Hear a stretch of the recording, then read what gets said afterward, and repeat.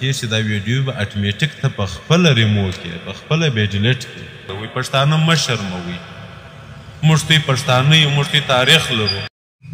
السلام علیکم ملګرو څنګه یاست جوړ یاست په خیر یاست. که تاسو د سوشل میډیا هره اداره چلوئ مثلا که یوټیوب چلوئ که فیسبوک چلوئ ټیک ټاک چلوئ داسې سوشل میډیا نور چینلونه تاسو چلوئ نو هغه باید چې تاسې د قرآن کریم په ښه تلاوت سره وچلوئ د اسلامي معلوماتو سره وچلوئ او داسې ښه نظمونه چې مثال کې ووایستم څه دي لکه قاري حمیدالله چې دی دغه نظم یې ویلی دی ډېر ښایسته خوند یې په کړی دی ما ته یې ډېر خوند راکړی دی نو هغه به هم در باندې واورم او د هغه نظم چې دی قاري حمیدالله چې ویلی دی د هغه به زه په خپل اواز کې هم درته ووایم. نو دا پردي غزلو سره ډانسونه کول او ګسه ډانسونه کول نور داسې غلط غلط حرکتونه کول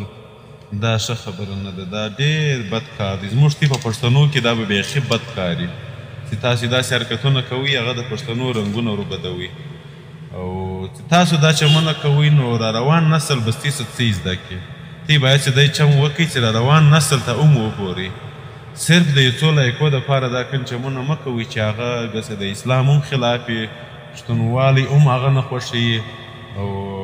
بلکل سړی په هغه حرکتو باندې شرمېږي چې بیا څه ټیم در باندې تېر شي به دا خپله حرکتو بیا ته په خپله وشرمېږي باره به ارمان هم کوي آخر به خپلې ویډیو هم ورته ریمو کوي ډیلیټ کوي به نو باید چې دی چمته وکړي دی ویډیو جوړه کړي چې هغه کال بعد 10 کاله بعد 20 کاله بعد او ویډیو باندې ته فخر وکړي چې ګوره ما په خپل وخت کې دا رقم ویډیو جوړوم نو چې دا ویډیو وي چې 10 کاله باندې تېر شي 15 کاله باندې تېر شي دا ویډیو به اټومیټک ته په خپله ریمو کړي په خپله به یې ډیلیټ کړي نو دا رقم ویډیو باید سړی نه کړي جوړې نو د قاري حمیدالله نظم را سره واورئ د هغه بعد کې بیا زما نظم دی زما د به هم واورئ د قاري حمیدالله د به هم واورئ ما ته به خپل نظم په خدای که خپل نظم دونه خوند را کړی دی لکه زه چې اوس وایم ما ته د خپل نظم دونه خوند نه راکوي لکه د قاري حمیدالله چې کوم نظم ویلی دی ما ته د قاري حمیدالله نظم ډېر خوند راکوي نو په سوشل میډیا په فیسبوک کې ما د ده پاڼه وکتل په سیمه نه ما ته خوند راکوي نو ما ویل زه به پر دې ویډیو جوړوم او زه په خپله هم دا نظم وایم چې مثال ما ته یې ډېر خوند راکوي ځکه شوق مې ورسره پیدا شو هغه نظم د خیر سره درته وایم خو تاسو ته مې دا غوښتنه ده که ټیک ټاک چلوئ فیسبوک چلوئ یوټیوب چلوئ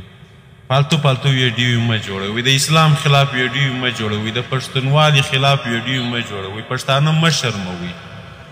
موږ دوی پښتانه یو موږ دوی تاریخ لرو موږ تاریخ به نه خرابوئ د پښتنو تاریخ به نه خرابوئ.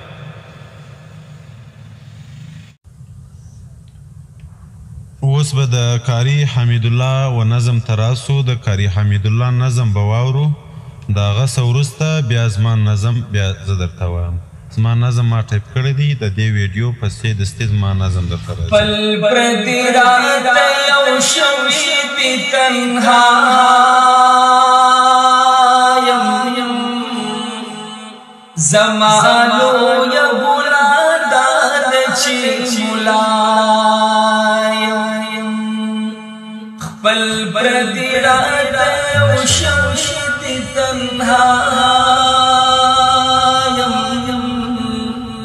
زمانو یو ګناهدار چې